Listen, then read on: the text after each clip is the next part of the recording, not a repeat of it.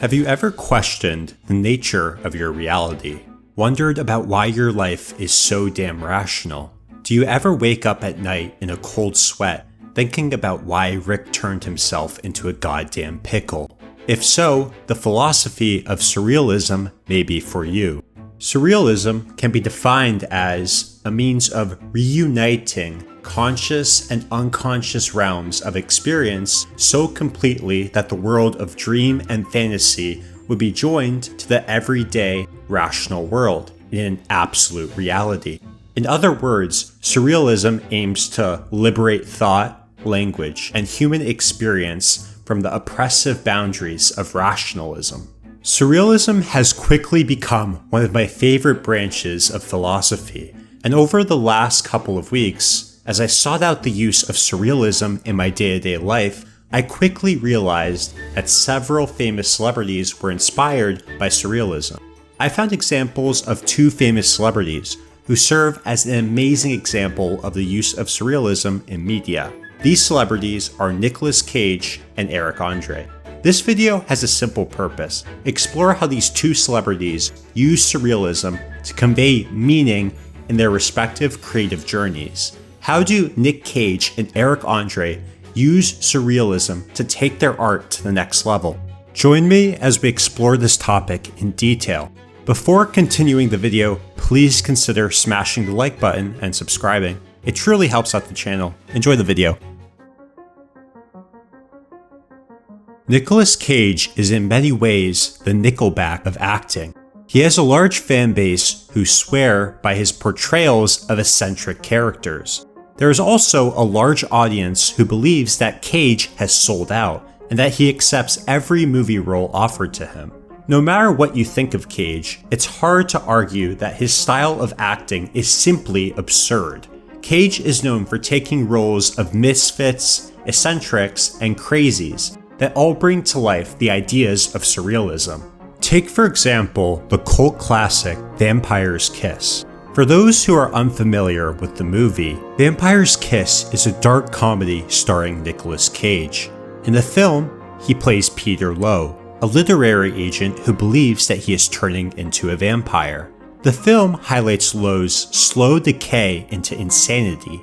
In a little less than 2 hours, Cage fits a dramatic performance of the alphabet, bat arousal, a mime fight, a questionable workplace culture, and a stampede through the streets of New York. If you haven't seen the movie yet, I would highly recommend it. It is bat insane. It is also the source of a lot of modern day memes. So how does the movie use the philosophy of surrealism? To answer this question, we have to look at Nicolas Cage's acting inspirations. Nicolas Cage has a ton of acting inspirations that are worth talking about. Let's talk about animals. No, not that animals. More specifically, cobras. Nick Cage revealed in a New York Times interview that he owned pet cobras. When asked if the pet cobras influenced his work, Cage responded, "The cobras, definitely. They would try to hypnotize you by going side to side. Animals are fun places to get inspiration."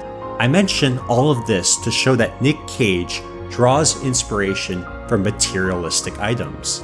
In addition, like other actors, Cage also draws inspiration from his contemporaries. Cage's revenge horror film, Mandy, draws inspiration from Bruce Lee, heavy metal, and the film's director, Panos Cosmatos, to name a few. But Nick Cage also draws inspiration from an unexpected source: himself. Cage is well known for his use of a nouveau shamanic method of acting, which Cage describes as trying to augment your imagination to get to the performance without feeling like you're faking it. In other words, Cage attempts to access his unconscious mind in order to access a childlike perception of how the world should be. I believe that this mindset is the source of Cage's surrealist genius. When Cage attempts to access his imagination, it allows him to fuse the workings of his unconscious mind with the rational actions that are expected of him as an actor. This is the very definition of surrealism, and it leads to some performances that are truly mind-boggling. When I watch a surrealist masterpiece from Cage, something just doesn't feel quite right. But I think that this is intentional. Cage's acting pulls at the fine line between the rational and irrational worlds. It is weird, yet profound. It is eccentric, yet groundbreaking. It makes no sense, yet it expresses profound truths. In short, Cage's use of surrealism allows him to constantly contradict himself. Not everyone is attracted to this form of acting, but for those who are, it is extremely entertaining. Cage's use of surrealism in media went unmatched with a few exceptions until the emergence of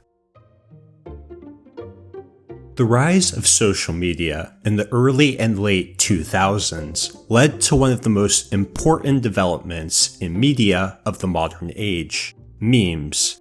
Pepe the Frog, Michael Jordan crying, humans are the virus, always has been, you get the idea. To make things even better, surrealism started popping up in memes. A lot, which inspired a bunch of boomer-esque articles. Surrealist humor perfectly fit the worldview of a millennial generation that had grown up fighting the status quo. It made perfect sense that the humor of a millennial generation would satirize the very institutions which had failed them.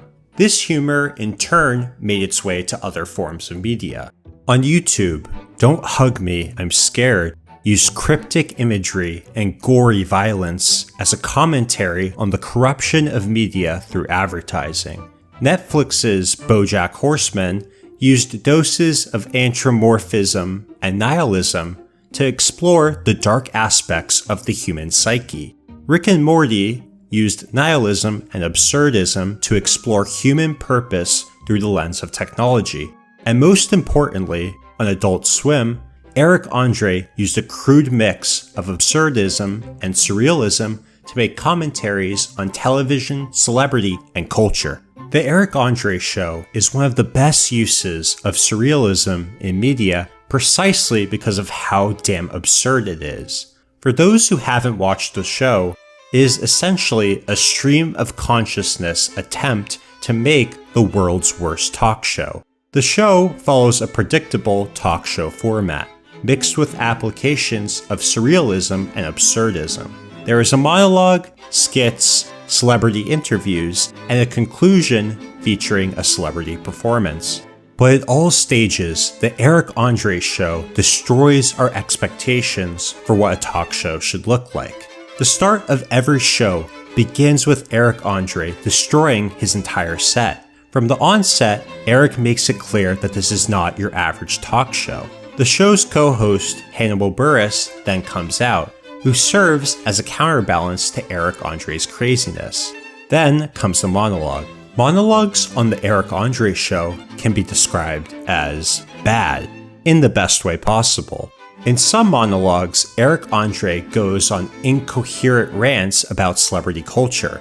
In others, he doesn't have anything planned, and dedicates the entire monologue to doing a bit. Some monologues are hard to describe with words. Words, words, words, words, words, words, punchline. Words, words, words, words, words, words, punchline. Words, words, words, words, words, words, punchline. Words, words, words, words, words, words, punchline. Words, words, words, words, words, words, punchline. Magic, magic, magic, magic, magic, magic, atheism! No matter how you look at it, the Eric Andre Show monologues serve as a stark contrast to the safe and oftentimes milquetoast atmosphere of regular talk show monologues. The absurdism continues as the show starts its first skit. The audience is brought into the weird and wonderful mind of Eric Andre. Skits oftentimes take the form of pranks, very much in a similar spirit to YouTube pranks and social experiments. Many of the skits fit a similar theme of destroying our expectations for how the world works. Take for example this cop skit. The skit starts with Eric Andre running into a sandwich shop with an obviously enraged cop chasing him. The cop catches up to Eric and locks him in handcuffs. Now pause. At this point, if this skit was a real life situation, we would expect that the cop would arrest Eric peacefully, take him into custody, and drive him to a police office. But this is not what happens.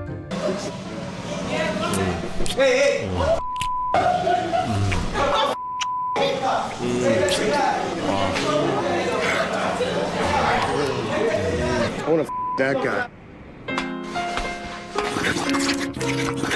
The show then oftentimes cuts to a celebrity interview, which again destroys our expectations. Celebrity interviews on typical late-night TV shows follow a predictable formula. The host welcomes the celebrity, and they engage in well-intentioned banter about various topics. Sometimes deep questions are asked, but most of the time, the questions serve the purpose to highlight the banter between the host and the celebrity. At some point, the host will ask about the celebrity's recent projects. The celebrity instantly goes into self-promotion mode, which is the entire reason celebrities do late-night TV shows in the first place. The interview ends with some more lighthearted banter. The entire experience is designed to make the celebrity as comfortable as possible. The Eric Andre Show takes this late-night formula and distorts it. Interviews on the Eric Andre Show oftentimes serve the purpose of making the guest as uncomfortable as possible. The questions are crude, jarring, and oftentimes nonsensical. The interview is laced with bits that serve to create a constant sense of anxiety and comedy among the guests and the audience. And when the Eric Andre Show does allow guests to self-promote their projects, it is oftentimes complete nonsense. Now, we got a clip of your new movie. Can we set that up? Oh. After a few skits and celebrity interviews, the Eric Andre Show wraps up with a celebrity performance. As you can probably guess, it completely destroys our expectations. Celebrity performances on regular late-night talk shows serve as self-promotion for recently released projects. This usually takes the role of performing the lead single from a newly released album. But on the Eric Andre Show, celebrity performances oftentimes take the form of yet another bit. Take, for example, Flying Lotus checking his email, rapper Ninja Warrior, or professional chef Rory Scovel. So I'll just start with your basic, this is your artichoke. You're just really fighting to get to the middle of absolutely nothing. So we'll put that on the plate and move right into the lettuce. Maybe the lettuce doesn't have any flavor to it. Maybe that's what we are. But then once we die, we get to meet God. You will not. It's not out there. At the end of the Eric Andre Show, I feel confused, for lack of a better word. Everything about the show is incredibly irrational, yet it still manages to transfer meaning to the audience. Much like Nicolas Cage's acting, the Eric Andre Show pulls at the fine line between the rational and irrational worlds.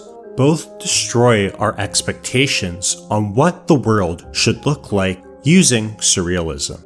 Through Nicolas Cage and Eric Andre, we are exposed to media that does not inherently have meaning.